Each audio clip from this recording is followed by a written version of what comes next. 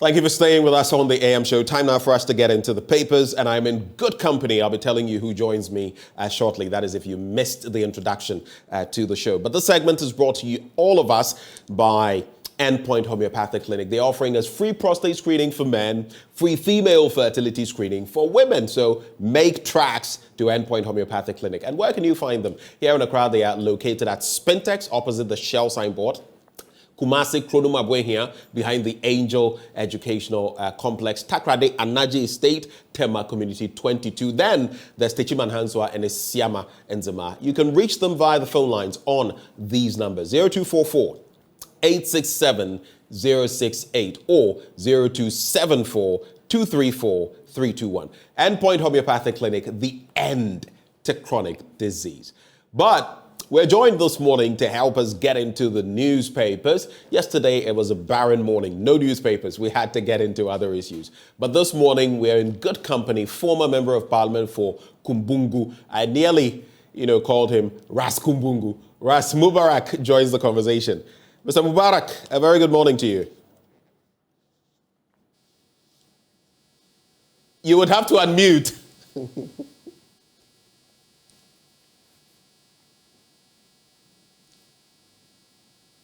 I think I still cannot hear you. Have you pressed the unmute button? Okay, Ras, just hold for me. We'll try to work on that so that we can hear exactly what you're saying. But it's the papers we're going to get into now. We have quite a stack of them here.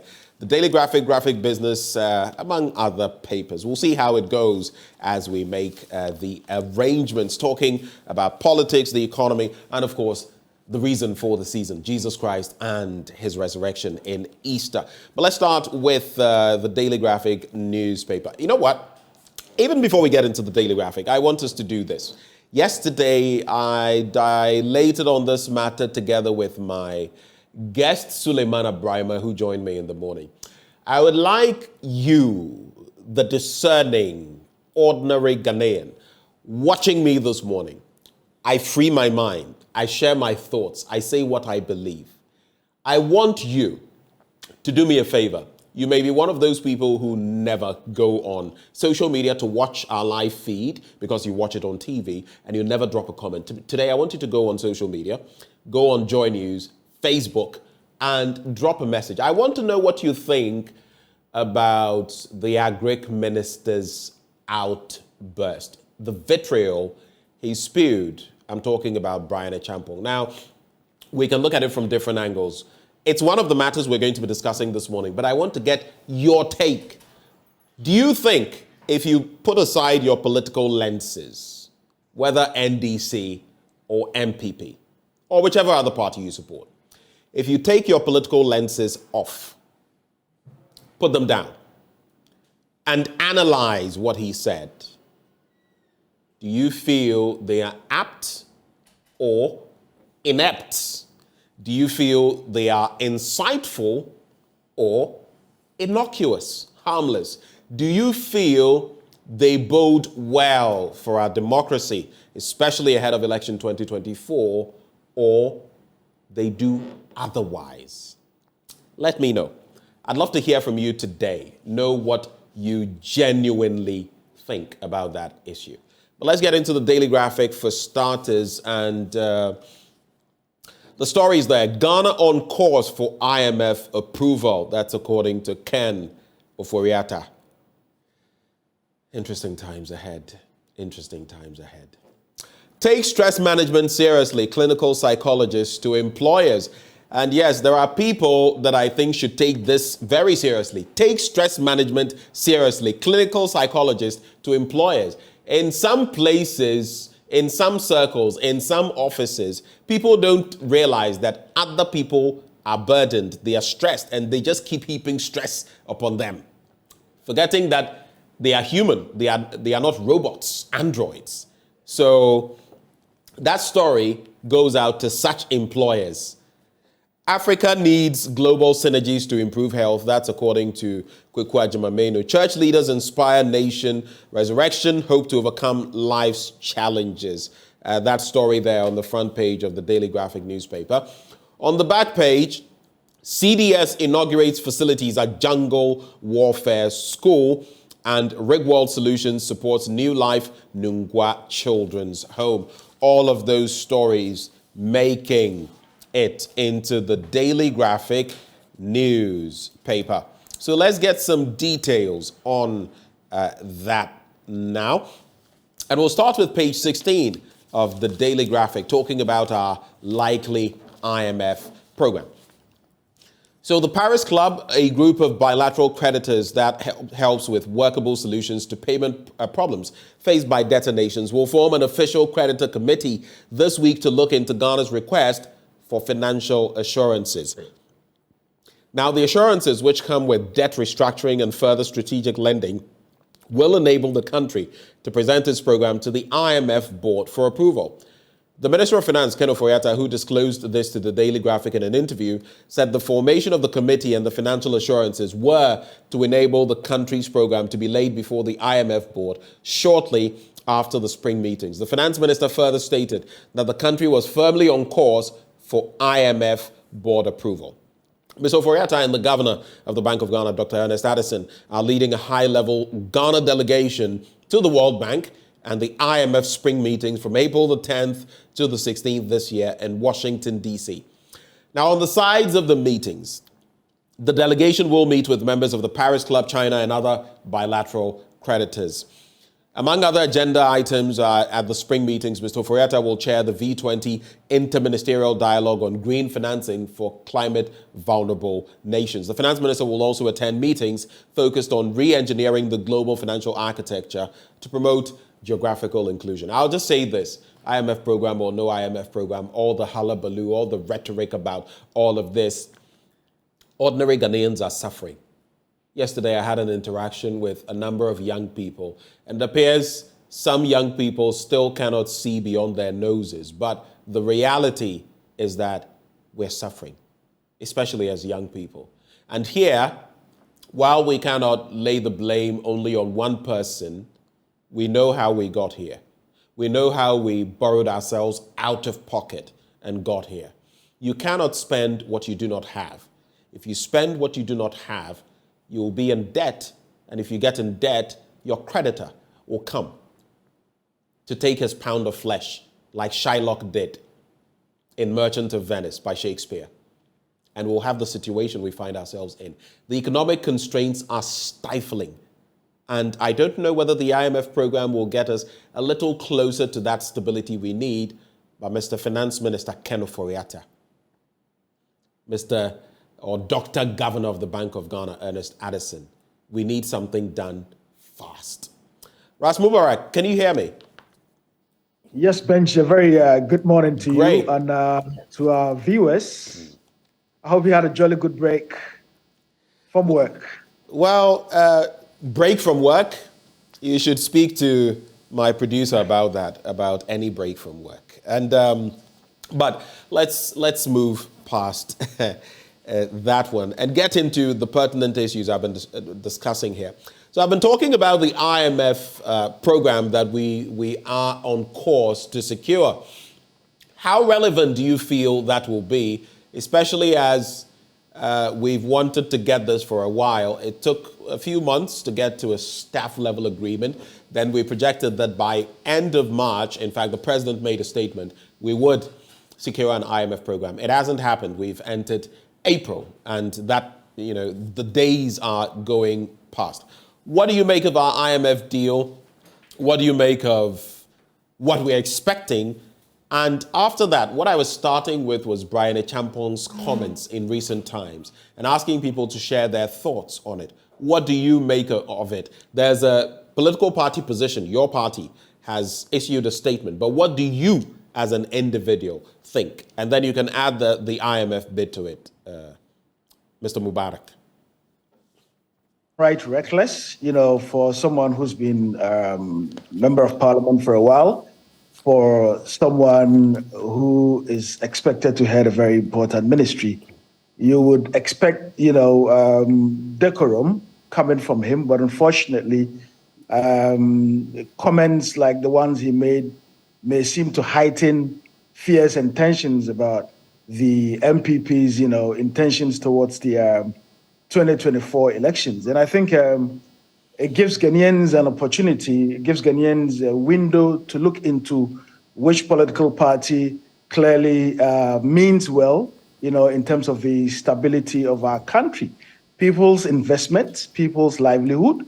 You do not expect that a party would lose political power and would want to hang on to political power because they can use certain institutions of state to rig an election. Is that how you feel? Is that what you feel he was implying there? And how then would, for example, the latest appointments to the Electoral Commission reflect that? Though, mind you, the president has stated, and maybe to some extent, rightly so, that it is the ballot that wins an election, not those at the Electoral Commission. What do you think? Well, I mean, if you have a very terrible referee who is biased, a referee who is known to be a supporter of one club, you could expect that his biases would show, during a particular match he's officiating. So how is she biased? Is it because she was appointed by the current administration? You do recall when Dr. Afarijan was at post, there were many who also suggested that because he had been brought in by the erstwhile administration, the Rawlings administration, he had his own biases as well. I mean, that's a deal, a raw deal that all of them have got, from Afarijan to Charlotte Osei to Jean Mensah. So what exactly substantiates your claim? Some of those who've been appointed have, been shown to have some inclination towards the MPP, and these are legitimate issues that were raised, not just by the NDC, but by the Ghanaian public, that there are indeed several Ghanaians with the credibility, to be at post at the Electoral Commission. And in times like this, when our democracy, even though nearly 30 years, is still at its teething stages, we ought to be very careful in the kinds of appointments that we make, and I think the president has really and truly not affirmed his commitment to advancing our democracy in terms of the caliber of people who have been appointed, and not just the Electoral Commission, but several other institutions of state where people are expected to be, impartial. People are expected to be beyond reproach. People are expected to come to the table with a certain level of credibility, but that is not what we're seeing with this appointments. Well, it's a wake-up call, and I think what ought to happen in the 2024 elections would be for us to have a very convincing win at the polls. I mean, a referee could be as biased as they can, but it's also incumbent on you, it behoves on you, to also put in place the right checks and balances to make sure that in spite of the referee's biases, in spite of the biases that may emanate from commissioners of the Electoral Commission, we still, can do the right thing. We still can win the polls. And that would require for every Ghanaian, Benji, to actually be a Ghanaian, to actually come out in their numbers and vote for whichever party they are interested in, but more preferably to vote for the NDC, because the NDC has, showed commitments towards advancing our country. And everyone watching, every political watcher could see the differences. Now, you were talking a while ago about the economy. We've seen how one political party, whilst in opposition, did make all manner of claims about running the economy prudently. And we've seen the imprudence, in managing the affairs of the country. Clearly, you can't spend what you don't have. Clearly, you can't borrow your way out of an economic situation. And if you look at what's happening with the IMF negotiations, we are not out of the woods. I mean, we are still in dire straits. The economy is still, would not, the economy would not improve, at least in the next few months to a year or two, and we have said it time and again, Benjamin, that the government would have to, show some prudence, in the way they manage the economy. That includes reducing the size of government. Clearly, the president has been very intransigent, about taking necessary steps, about taking necessary measures, to heed to the call of Ghanaians. And it becomes very difficult to ask people to pay their taxes, because in a time like this, when the IMF is going to be giving us, a little over 3 billion, which would not even offset, the whole, our debt, foreign debt is over 5 billion USD. If you're getting 3 billion out of that, you would still have to, raise the rest of the revenue from somewhere. And ordinarily, this would have had to happen through, encouraging more and more Ghanaians to pay their taxes and to do the right thing. But how do you encourage people to pay their taxes when the government is simply wasting the people's taxes? It becomes extremely difficult to go on that, tangent of encouraging Ghanaians to be patriotic and more Ghanaian. The government would have to lead the way. They would have to show us some serious examples of meaning well, of doing the right thing, of cutting down costs, of eliminating profligacy. Then we can go back to the Ghanaian public, which is overburdened with taxes. You were talking a while ago about how young people up and down the country feel a sense of hopelessness.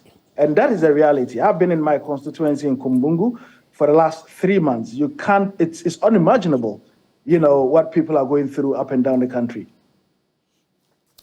Well, interesting thoughts shared. Some have also suggested that, you talk about taking over the reins of power very quickly on this one because we have to make tracks.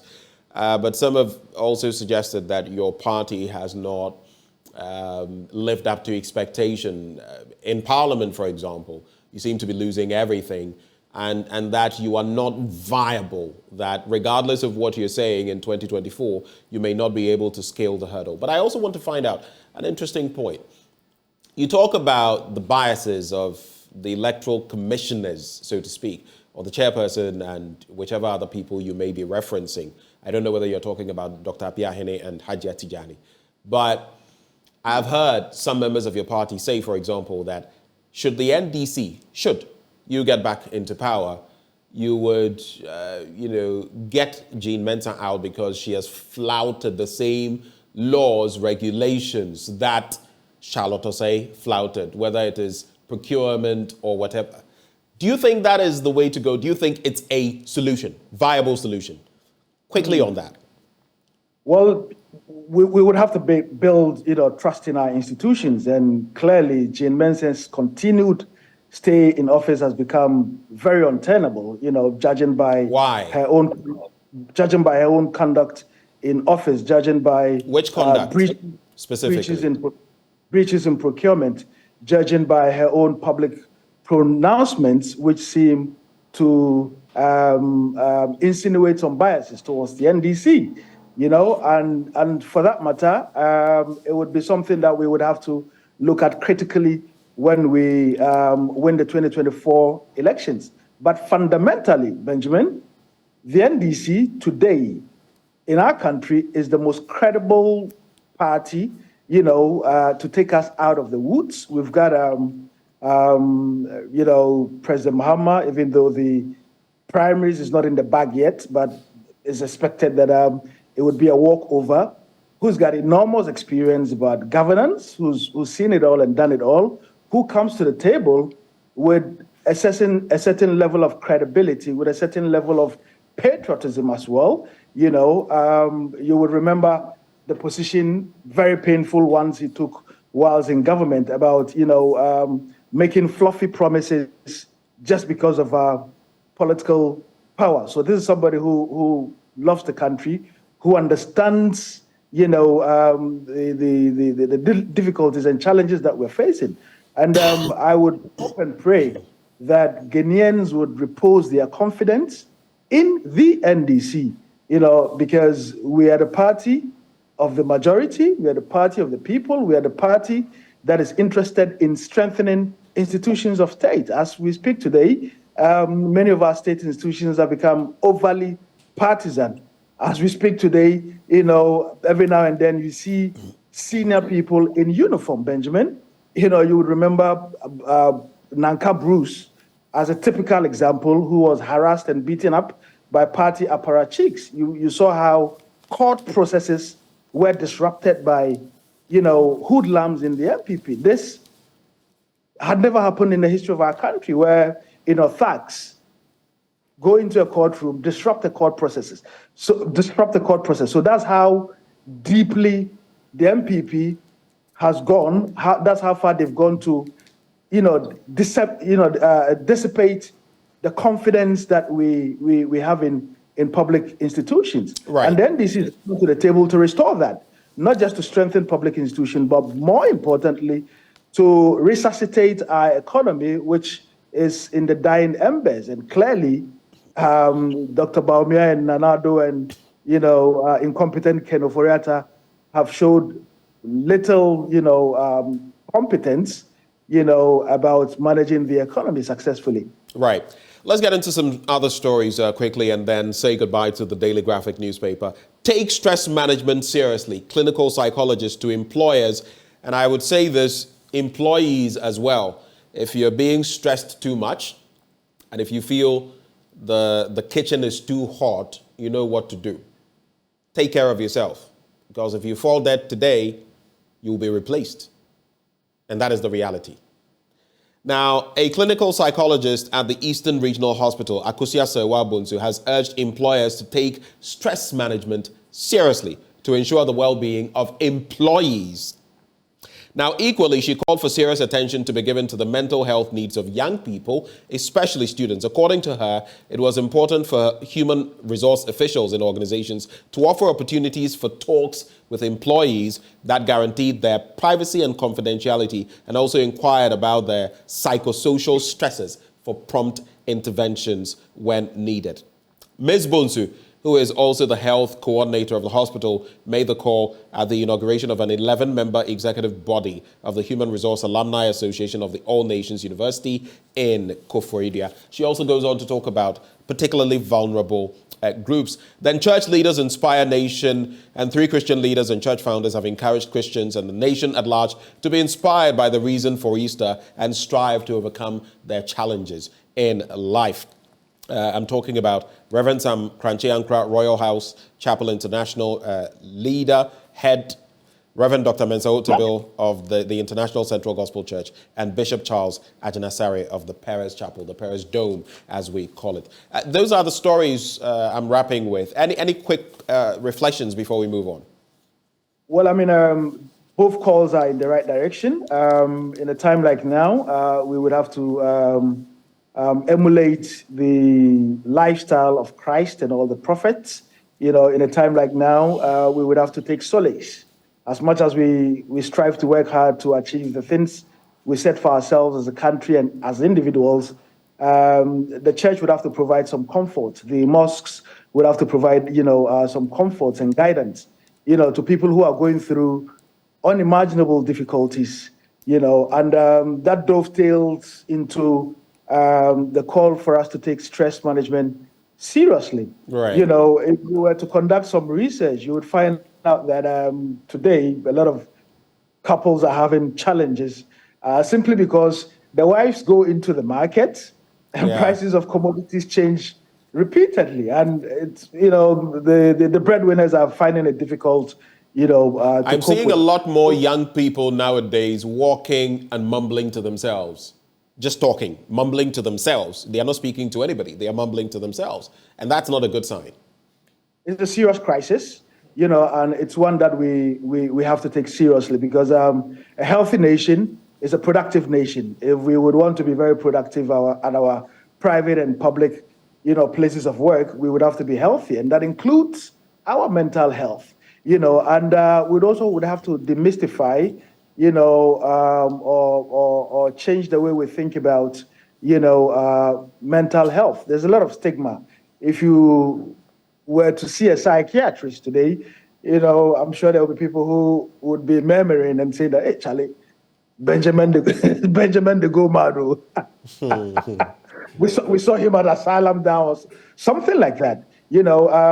Seeing a psychiatrist or a psychologist does not necessarily mean that one is mad, but it is also part of keeping a very balanced lifestyle. That every now and then, when you go through difficulties, whether it's losing your job, whether it's going through unemployment, whether it's going through divorce, every now and then it's key that we seek some mental health. But of course, the question is, when people are struggling to even find something to put on the table, how realistic is calls for them to go to the psychiatric hospitals for checkups? Right. But these are things that we can encourage, and probably those in that area of health may want to volunteer, in the churches every now and then.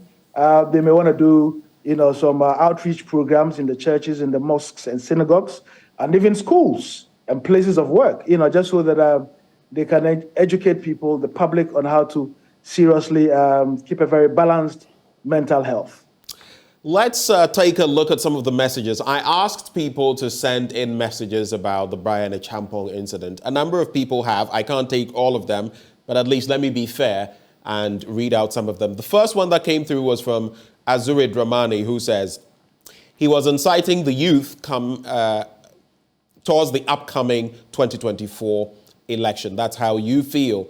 There's also Amidu Katada, who says, I don't blame him. I blame some members of the minority for approving him as minister after what we witnessed in Ayawaso West Wogon. Okay, so it's the same comment. This one says, good morning, dear host. I am Ralph from Bwokrom Estate, Kumasi. I don't see anything wrong with Brian Achampong's comments. He was only inspiring the grassroots. That's what Raphael says. This one from Seidu Ziblim says, so you actually say you are Bigang from Sagnarigu. The minister should know he is not God. Okay, so the rest of it I will not take. Then there is Bukari Isaka Mbugri, who says, this comment is rather unfortunate that a cabinet minister can make in a democratic dispensation like Ghana. However, let us not forget that it was during his tenure as a minister of state in charge of national security that there was the brutalization of NDC members and the constituents at Ayawaso West Wogon by election. So he meant what he said. All right, so those are some comments that have come through on the back of this conversation. Let's wrap on an economic note, and then we'll also take the reactions to some of, in fact, that outburst by some members of the MPP. That's how we'll wrap. So let's do that. If you look at the Daily Statesman and the New Crusading Guide, they say NPP committed to free and fair elections will not, however, tolerate violence. That is Richard Ahiagba, mouthpiece of the MPP, saying that on the back of what Brian Achampong said. Then there's also the Daily Statesman, no way for violence in 2024. MPP assures Ghana's democracy will be safeguarded, and that is attributed to the party's General Secretary, Justin Frimpong Kodia. So you can share your thoughts with me on that. And then, of course, there's also this one, ABC News, stop your needless attacks on Brian Achampong, MPP, to the NDC. Attacks? But I ask myself, Ghana, if let's say someone from some other party, not in power, had said this, would it have been okay? Would those in power have reacted the same way? Food for thought. Now, let's also do these economics-related stories, and then you'll have just about a minute and a half to respond to them. Graphic business, help Ghana shoulder debt burden, IMF pleads. And then there is, when you go to the Economy Times, Bank of Ghana locks up 3 billion Ghana cedis from banking sector. Let me just quickly explain. The Bank of Ghana's decision to tighten the cash reserve of the 23 universal banks in the country is expected to mop up excess liquidity of 3 billion Ghana cedis, Economy Times has learned. The Bank of Ghana has reset the cash reserve ratio on domestic currency deposits for banks from 12% to 14%, effective 13th April 2023. Additionally, the central bank plans to step up liquidity management operations to address excess liquidity conditions in the market. And of course, that will have an impact on the banks and the way they operate. Quick thoughts on these, and we can call it a conversation. Ras. Thanks, Benji. Well, in respect of the economy, clearly, the government and the managers of the economy have been exceedingly clueless, about handling, the affairs of the economy. In a time like now, when we have a food crisis, when, people are going through hardships, you don't impose further burden on them. That is not a way to take us out of the woods. There's still a lot of loopholes, in the tax bracket, and you would expect that these would be tightened up and not, have additional taxes imposed on an already overburdened Ghanaian public. So I'm hoping that they would take advice, but of course, they are notorious for not heeding the calls of Ghanaians.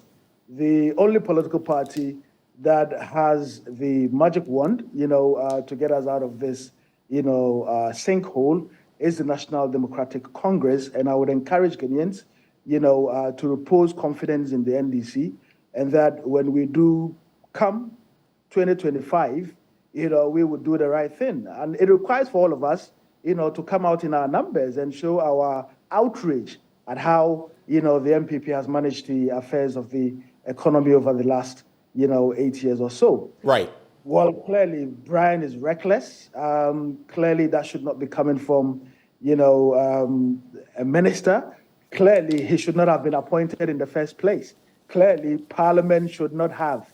And I was taken aback by, the number of votes that he got, by the approval, some of which had, come from, our own benches in Parliament. And that gives us cause to worry, right. That we would have NDC members who would actually, in spite of Brian Echampon's checkered history of not being a very good public officer, would go ahead to approve of his nomination. Most unfortunate, but I'm confident that the Atuforsen-led minority would put in place the necessary measures to ensure that this does not happen again. Okay. And the party should also make example, of rogue elements who would want to put their parochial interest above the national interest. Ras Mubarak is former member of parliament for Kumbungu. Just a quick one. Give me a yes or no. Will you go for the Kumbungu seat again? 31 days to elections. I'm actually running. I'm number 4 on the ballot. Okay. We're confident we would win the primary. All right.